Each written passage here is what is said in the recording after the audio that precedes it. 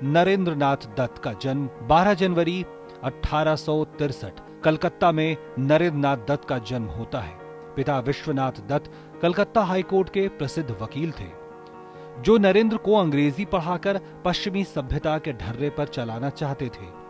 लेकिन धार्मिक विचारों की उनकी माता भुवनेश्वरी देवी का असर उन पर कुछ ज्यादा ही था।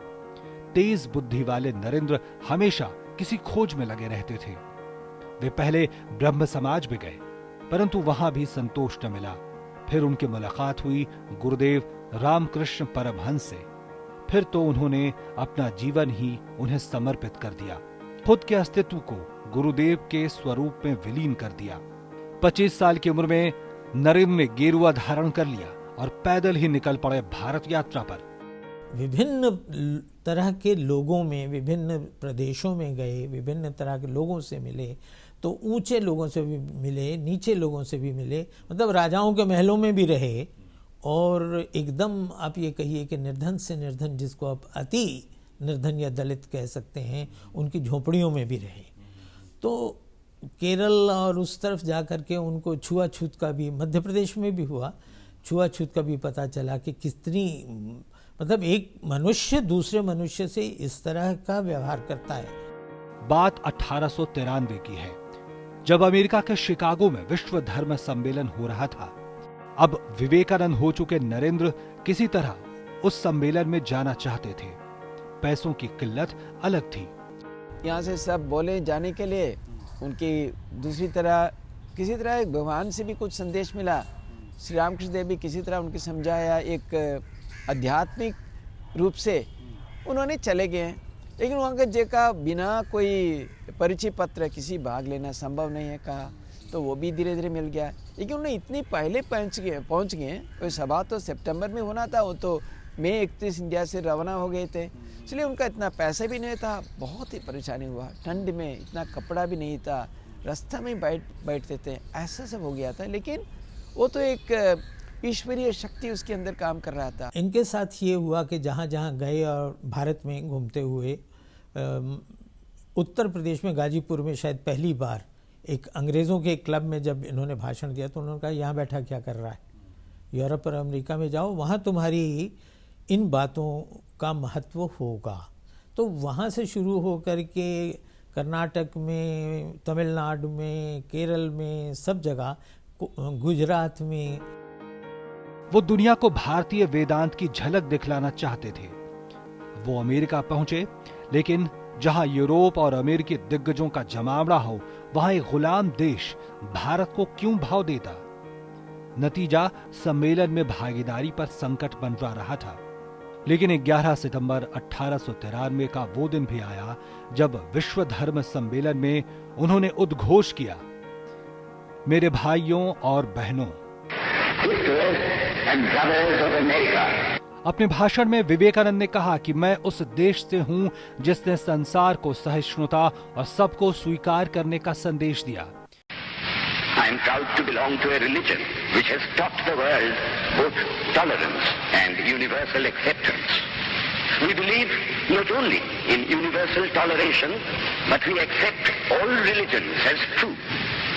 I am proud to belong to a nation which has sheltered the persecuted and the refugees of all religions and all nations of the earth. मुझे ऐसे देश का व्यक्ति होने का अभिमान है जिसने इस पृथ्वी के समस्त धर्मों और देशों के उत्पीड़ितों और शरणार्थियों को आश्रय दिया। उन्होंने जोर देकर कहा कि सांप्रदायिकता और धार्मिक कट्टरता ने हमारे बीच हिंसा फैलाई है और मानवता पर खून के छींटे उड़ाती रही है। सभ्यताओं को ध्वस्त करती हुई पूरे के पूरे देशों को निराशा के गर्त में डालती रही है। अगर ऐसा न होता तो आज मानव समाज कहीं आगे जा चुका होता।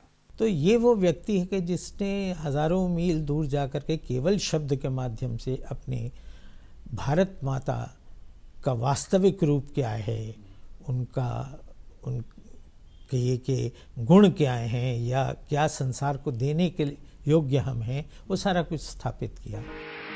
तालियों के शोर के बीच बिल्कुल एक नए विचार की स्थापना अमेरिका में हो चुकी थी, जिसे उस समय नाम दिया गया साइक्लोनिक हिंदू।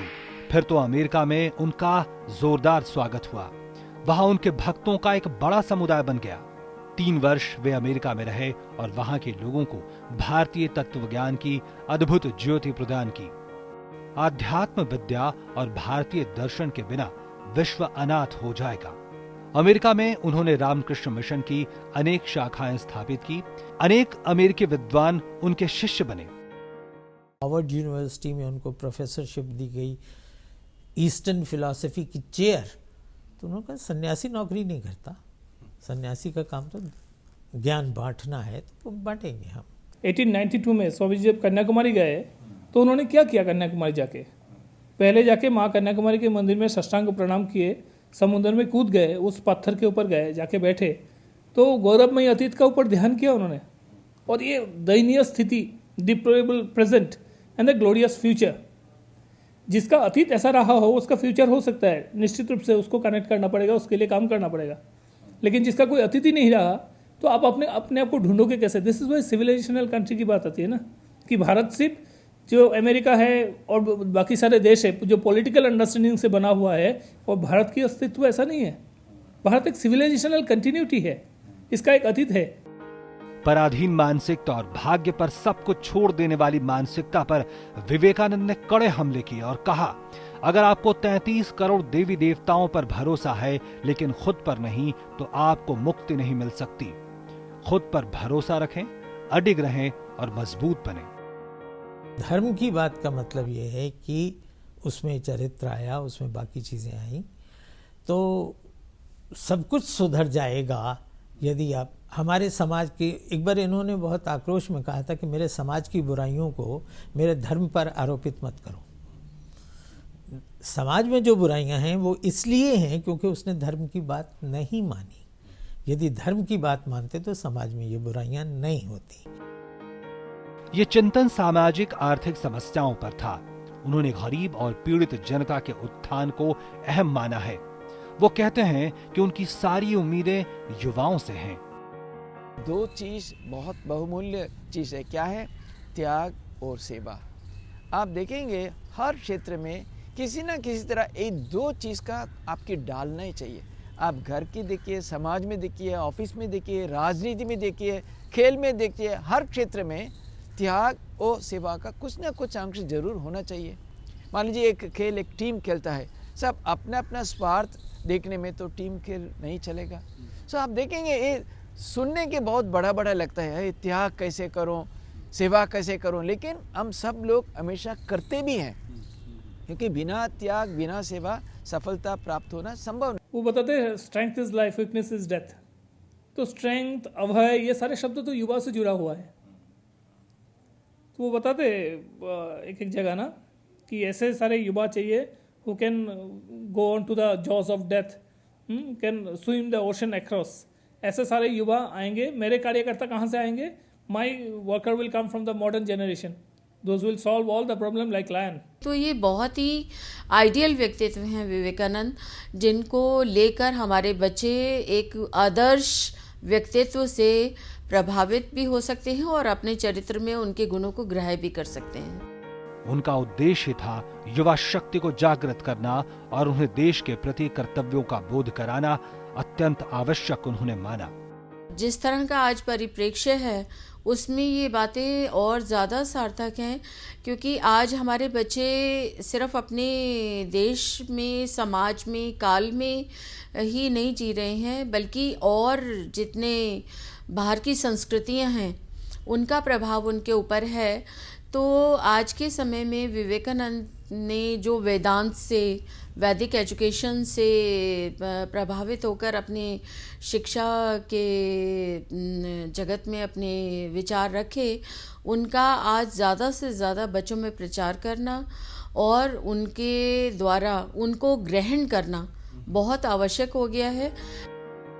सन 1897 में मद्रास में युवाओं को संबोधित करते हुए उन्होंने कहा था, दुनिया में बड़ी बड़ी विजय जातियां हो चुकी हैं, हम भी महान विजेता रह चुके हैं, लेकिन हमारी विजय की गाथा को महान सम्राट अशोक ने धर्म और आध्यात्मिकता की ही विजय गाथा बताया है और अब समय आ गया है कि भारत फिर से विश्व पर विजय प्राप्त करे। पर मैं ये मानता हूं कि उन्होंने ये कहा कि हमको सुदृढ़ होना चाहिए, शक्तिशाली होना चाहिए। हम शक्ति की पूजा करते हैं। हमको चाहिए सुदृढ़ मस्तिष्क, सुदृढ़ शरीर और सुदृढ़ मन। तो प्रायः चूंकि शक्ति युवावस्था में ही होती है और जैसे जैसे हम प्रौढ़ होते जाते हैं हमारी ऊर्जा थोड़ी कम होती जाती है, शक्ति कम होती जाती है, इसलिए युवकों पर ही वो भार आकर के पड़ता है। यानी ये वो समय होता है कि जिस समय आप सीख सकते हैं, कर सकते हैं, तपस्या कर सकते हैं।